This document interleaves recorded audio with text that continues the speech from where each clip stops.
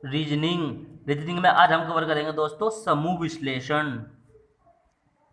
समूह विश्लेषण का दोस्तों आज हम भाग 2 कंप्लीट करेंगे। इससे पहले दोस्तों हमने भाग फर्स्ट कंप्लीट कर लिया था। तो दोस्तों देखते हैं कि ना इसमें भाग 2 में किस किस टाइप के क्वेश्चन बनते हैं हमारे। दोस्तों इसमें हम पढ़ेंगे टाइप फर्स्ट में कतार में न्यूनतम संख्या ज्ञात करनी हो। जब कतार में हमें न्यूनतम संख्या ज्ञात करनी हो, यानी कि एक का तो दाएं स्थान दूसरे का बाएं स्थान -20 के छात्र -2 करते ही सीधा हमारा क्या आएगा दोस्तों, आंसर आएगा न्यूनतम छात्रों की संख्या। चलो दोस्तों देखते हैं एग्जाम्पल में किस तरीके से हमारा आंसर आएगा। एक कतार में अकरम का स्थान दाएं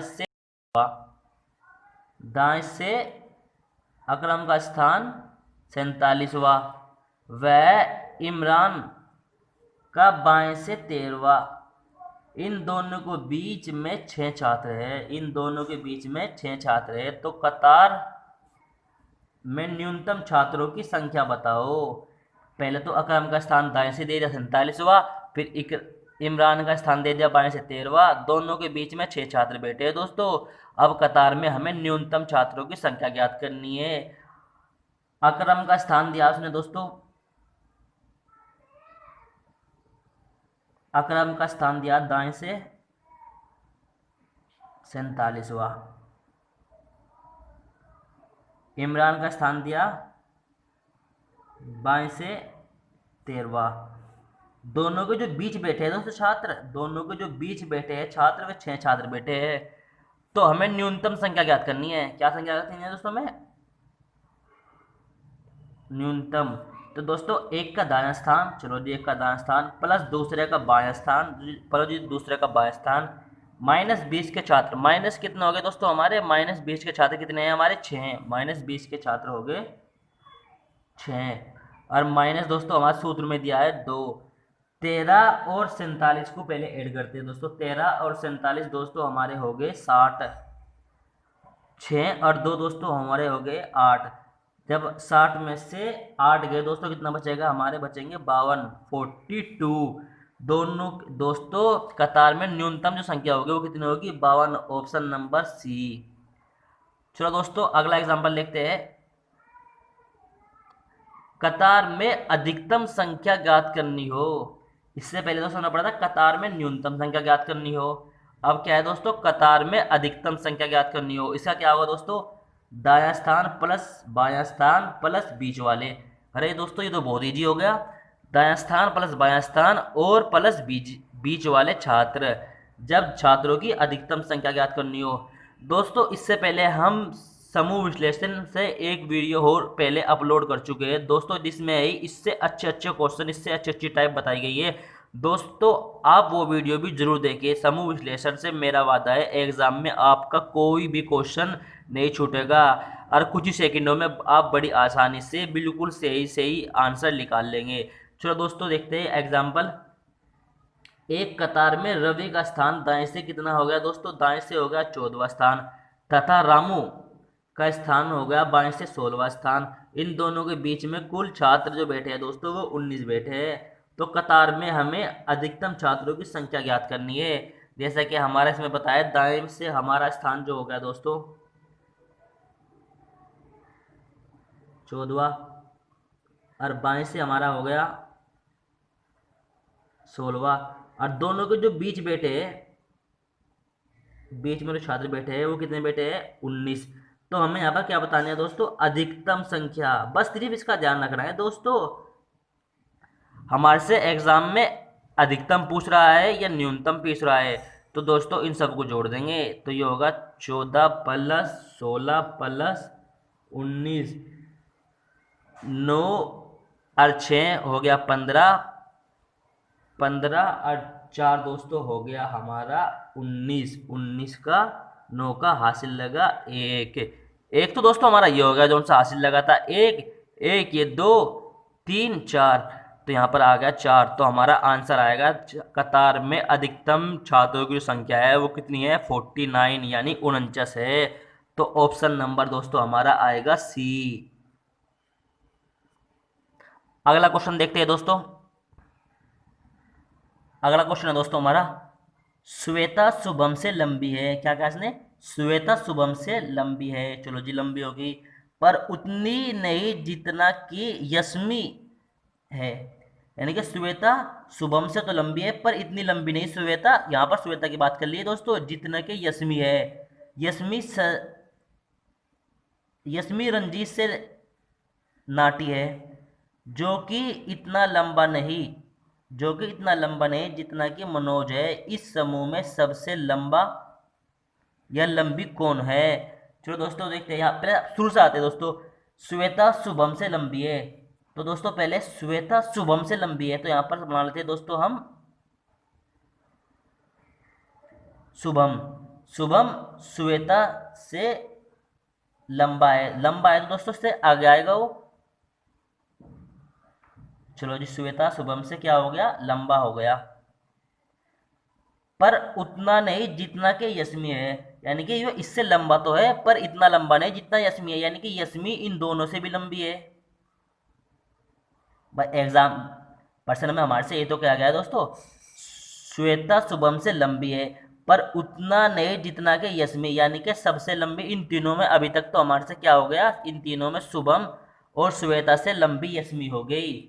यश्मि रंजीत से नाटी है, यश्मि रंजीत से नाटी है, यानी कि हमारी यश्मि है वो रंजीत से नाटी है, यानी कि इससे छोटी है।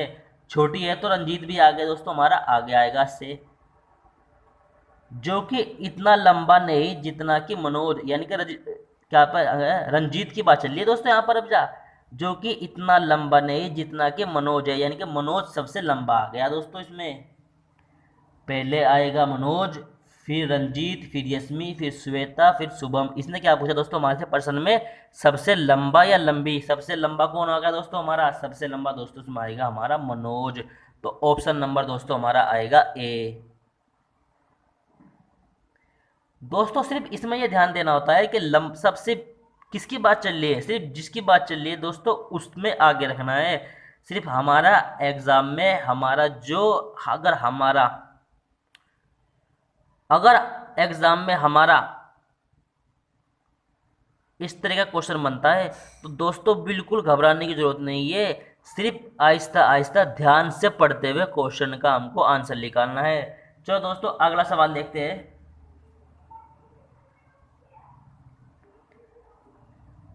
कतार में राम पीछे से 7वां स्थान, कतार में राम पीछे से 7वां, शाम का स्थान आगे से छठा। यानी राम का तो पीछे 7वां और शाम का आगे से छठा। मोहन इन दोनों के बीच में खड़ा है, क्या कहा? मोहन दोनों के बीच में खड़ा है। तो इस कतार में खड़े हुए लड़कों की न्यूनतम संख्या ज्ञात करनी है। क्या करनी है? न्यूनतम संख्या ज्ञात करनी है। चलो जी दोस्तों देखते हैं। एक का दोस्तों छठा स्थान, एक का तो आ गया 7वां स्थान, प्लस दूसरे का आ गया छठा स्थान। और दोस्तों क्या है, कतार में बीच में बैठे कितने बैठे हैं? सिर्फ केवल मोहन बैठा है, यानी कि एक छात्र बैठा है। -1 और -2 जब न्यूनतम संख्या ज्ञात करनी हो। हमने पहले बताया था कतार में दायां स्थान प्लस बायां स्थान, माइनस बीच में बैठे और -2, तो इसमें दायां बायां ना देकर दोस्तों ऊपर नीचे दे दिया। इससे कंफ्यूज होने की बिल्कुल भी आवश्यकता नहीं है। तो दायां बायां और ऊपर नीचे एक ही मतलब है। 7 + 6 -1 -2, तो 7 और 1 6 दोस्तों हमारा हो गया 13, माइनस के हो गए 3। तो दोस्तों न्यूनतम संख्या कितनी आएगी? न्यूनतम संख्या हमारी दोस्तों आएगी 10। ऑप्शन नंबर आएगा दोस्तों हमारा सी। अगला क्वेश्चन देखते हैं दोस्तों। एक पंक्ति में 5 खंबे खड़े हैं, कोई पंक्ति है उसमें क्या है दोस्तों? 5 खंबे खड़े हैं। चलो जी कोई बात नहीं। एम एन के बाईं ओर है, एम एन के दोस्तों यहाँ पर देना है एन के, एन के बाईं ओर कौन है? एम। ओ के, ओ पी के दाईं ओर है, जो एन के दाईं ओर है। यदि एल एम के बाईं ओर है तो बीच में कौन सा छात्र है? दोस्तों सबसे पहले तो हमको खंबे बनाने थे। चलो दोस्तों ये हमारे खंबे बन गए। कितने खंबे की बात करें दोस्तों? 1 2 3 4 5, ये 5 हमारे खंबे हो गए। अब शुरू से देखिए दोस्तों, एम एन के दाईं ओर है, जो एम है एन के, यहाँ पे बना लेते दोस्तों, हम एन बना लेते हैं। एन के बाईं ओर कौन है, बायां किधर होगा दोस्तों हमारा, बायां इधर पड़ेगा, तो बाईं ओर कौन है दोस्तों हमारा, बाईं ओर है दोस्तों हमारा एम। अब आगे देखते हैं इसने क्या क्या है दोस्तों, ओ पी के दाईं ओर है, ओ पी के दाईं ओर है दोस्तों। अगर हम ओ यहाँ पे बनाते तो यहाँ पे तो पी आने का नहीं, तो जाहिर सी बात है कि ओ यहाँ पर होगा, जब भी तो इसके दाईं ओर पी आएगा दोस्तों हमारा। दोस्तों इसको अभी छोड़ देते हैं, क्योंकि हमें ओ की स्थिति कंफर्म नहीं है, ओ हमारा यहाँ पर भी आ सकता है और यहाँ पर भी आ सकता है, तो हमको हम इसको कंफर्म नहीं है। तो यहाँ पर देख लेते हैं दोस्तों, जो एन के दाईं ओर है, जो एन के दाईं ओर है, यानी किसकी बात चल रही है, अर्थात पी की बात चल रही है, जो एन के दाईं ओर है। एन का दाईं ओर क्या पड़ेगा दोस्तों यहाँ पर, एन का दाईं ओर यहाँ पर पड़ेगा दोस्तों हमारा, यहाँ पर आएगा हमारा पी, और पी ओ के दाईं ओर आ गया, तो ये उसके यहाँ पर लगा दिया दोस्तों हमने ओ, आ गया दोस्तों। यदि एल एम के बाईं ओर हो, एम के बाईं ओर किधर आएगा दोस्तों, एम के बाईं ओर हमारा एल आएगा इधर।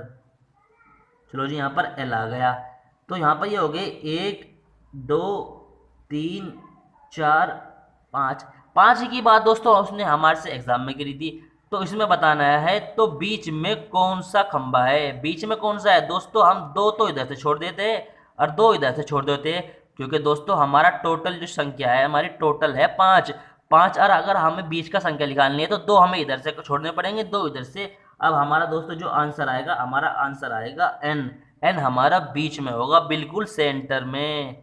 तो दोस्तों इसका ऑप्शन नंबर आ जाएगा दोस्तों सी, सी आएगा दोस्तों इसका आंसर। चलो दोस्तों अगले क्वेश्चन की तरफ चलते हैं। राम शाम से धनी है, राम शाम से धनी है, चलो बहुत अच्छी बात है जी, राम शाम से धनी हो गया, किंतु सोहन जितना धनी नहीं है, किंतु सोहन जितना धनी नहीं है, जो रमेश की उपेक्षा गरीब है, जो रमेश की उपेक्षा गरीब है, तब शाम स्थान का क्या होगा, तब शाम का दोस्तों स्थान क्या होगा, वो अमीर होगा गरीब होगा, ये हमको ज्ञात करना है। यहां से तो पता लग रहा है दोस्तों राम शाम से धनी है, राम शाम से धनी है, तो सबसे पहले क्या बनाते हैं हम, राम शाम से, तो यहां पर दोस्तों शाम बना लेते हैं हम। शाम से धनी कौन है, राम, किंतु सोहन जितना धनी नहीं, यानी कि राम की बात चल रही है यहाँ पर, अर्थात सोहन से धनी कौन, राम से, अर्थात राम से धनी कौन है, सोहन। तो यहां पर दोस्तों आ गया हमारा सोहन। जो रमेश की उपेक्षा गरीब है, यानी कि सोहन रमेश की उपेक्षा क्या है दोस्तों, गरीब है। अब बताना है दोस्तों हमको इन चारों में सब शाम का स्थान, शाम क्या है, सबसे धनी कौन है, सबसे धनी तो दोस्तों हो गया हमारा रमेश, और सबसे गरीब कौन होगा दोस्तों हमारा, सबसे गरीब होगा हमारा दोस्तों शाम। तो ऑप्शन नंबर आएगा दोस्तों हमारा, राम से धनी है, सोहन से धनी है, सबसे धनी है, सबसे गरीब है, सो दोस्तों क्या है, सबसे गरीब है शाम। दोस्तों मजा आ रहा है ना सॉल्व करने में, दोस्तों इस तरीके से मजा आएगा, बस आप वीडियो को लाइक कर दिया करो यार, यार लाइक नहीं करते आप। चलो दोस्तों अगले टाइप पे चलते हैं, वर्ताकार या वर्गाकार बैठक व्यवस्था, वेरी इंपॉर्टेंट दोस्तों। दोस्तों इसे करने का सिर्फ आपको मैं एक ऐसा तरीका बताऊंगा, चुटकी बताते हैं दोस्तों आप हल कर देंगे, सिर्फ ध्यान से समझने की आवश्यकता है। चलो देखते हैं, 6 पशु एक वर्त में केंद्र की ओर मुंह करके खड़े हैं, क्या कहा दोस्तों ने, यहां पर देखते हैं पहले क्या की बात चल रही है, 6 हमारी संख्या 6 हो गई दोस्तों, एक वर्त में केंद्र की ओर, एक वर्त में केंद्र की ओर मुख करके, दोस्तों यहां पर भी ये बात ध्यान रखनी होती है कि उनका मुख केंद्र की ओर है कि केंद्र की तरफ है, केंद्र से बाहर है, ये भी ध्यान रखना होता है दोस्तों। एग्जामिनर बार बार ये पूछ लेता है कि किसका मुख किधर है, तो बिल्ली कुत्ता और खरगोश के बीच, बिल्ली कुत्ता और खरगोश के बीच है। कौन है दोस्तों? बीच में कौन है? बिल्ली। कुत्ते और खरगोश के। मुर्गी तोता और बंदर के बीच है। तोते और बंदर के बीच में कौन है दोस्तों? मुर्गी है। कुत्ता तोते के बाईं ओर है। कुत्ता तोते के बाईं ओर है। खरगोश के बाएं ओर कौन है? हमको बताना है दोस्तों, खरगोश के बाईं ओर कौन है। चलो दोस्तों, सबसे पहले तो हम एक अपना वर्त बना लेते हैं।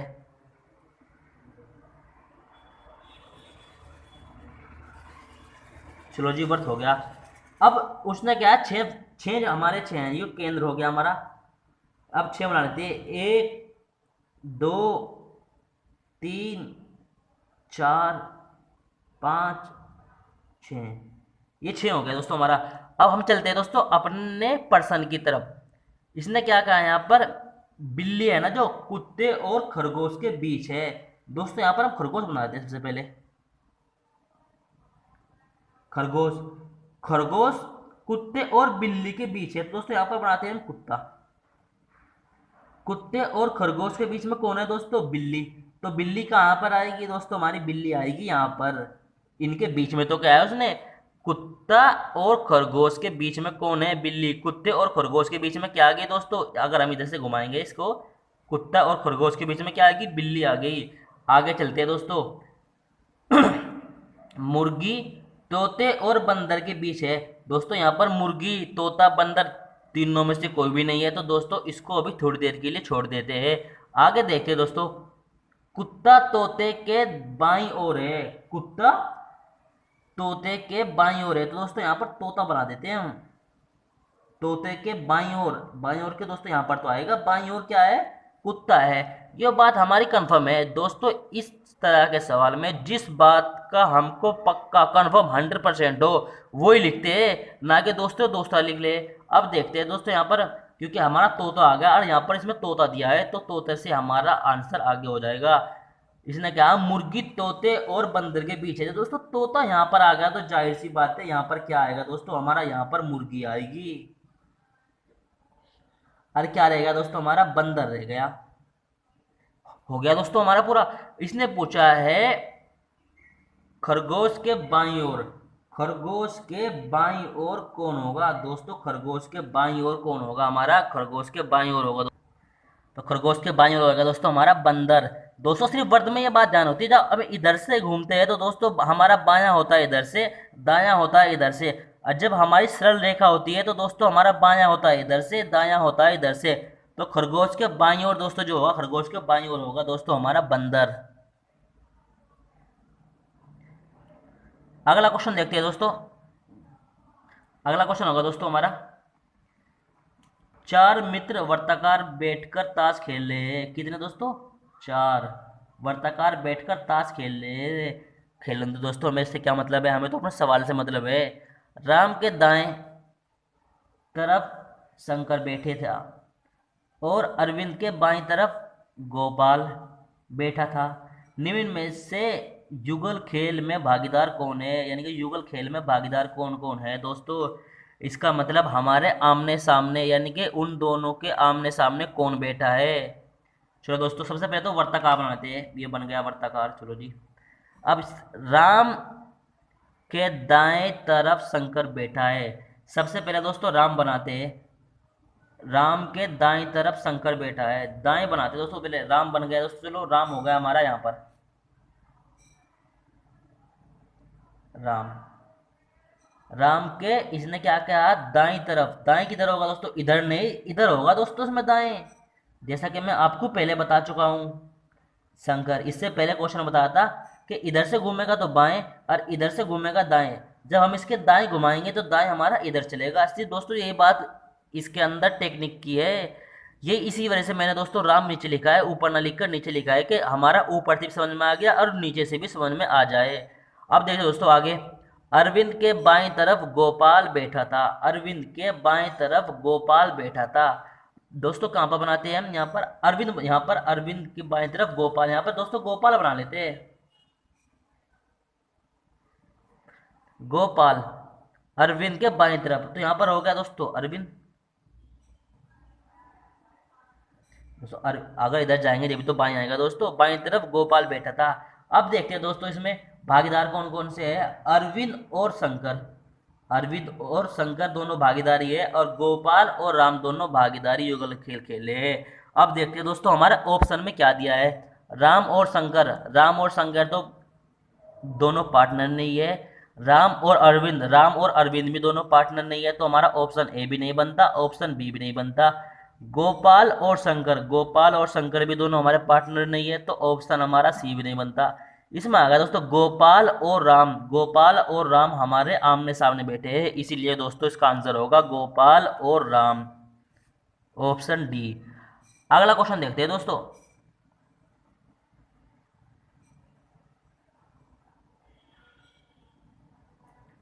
पी क्यू आर एस और टी पांच वक्ता है, P Q R S T पांच वक्ता है जिन्हें किसी दिन बोलना है, जिन्हें किसी दिन बोलना है। किस दिन बोलना है दोस्तों ये नहीं दिया, लेकिन यह इसी क्रम में आवश्यक नहीं है, लेकिन यह इसी क्रम में नहीं है कि ये पहले पी बोलेगा फिर क्यू बोलेगा फिर एस बोलेगा फिर आर बोलेगा फिर टी, जिस तरीके से यहाँ पे दिया है क्वेश्चन में, यह इस तरह क्रम में आवश्यक नहीं है। वे किसी तरह बोल सकते हैं, पहले टी बोल सकता है, आर बोल सकता है, क्यू बोल सकता है, एस बोल सकता है, कुछ भी बोल सकता है, वो हमारे सवाल में दिया है दोस्तों।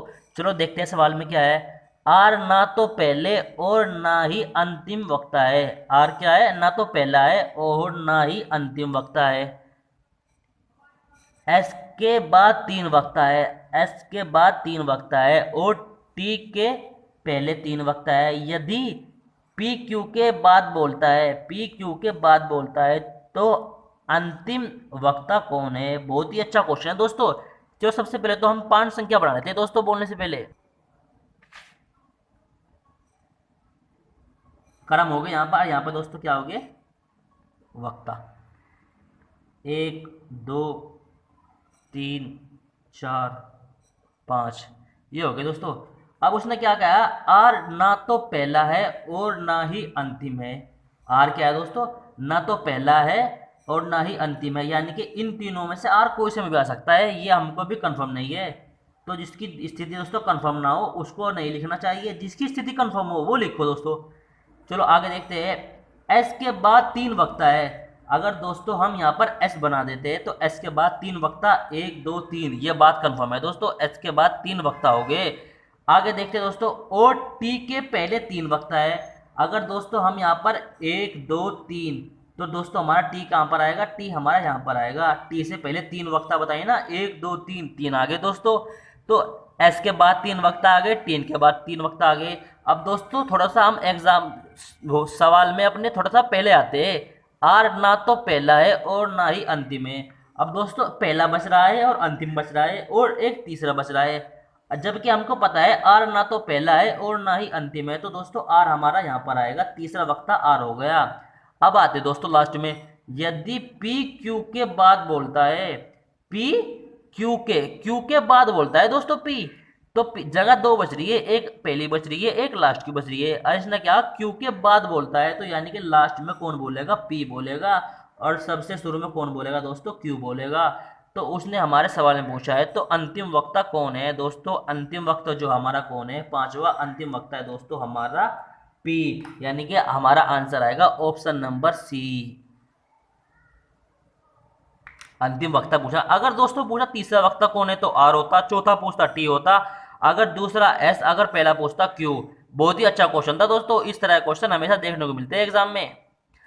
तो दोस्तों आज की वीडियो में बस इतना ही।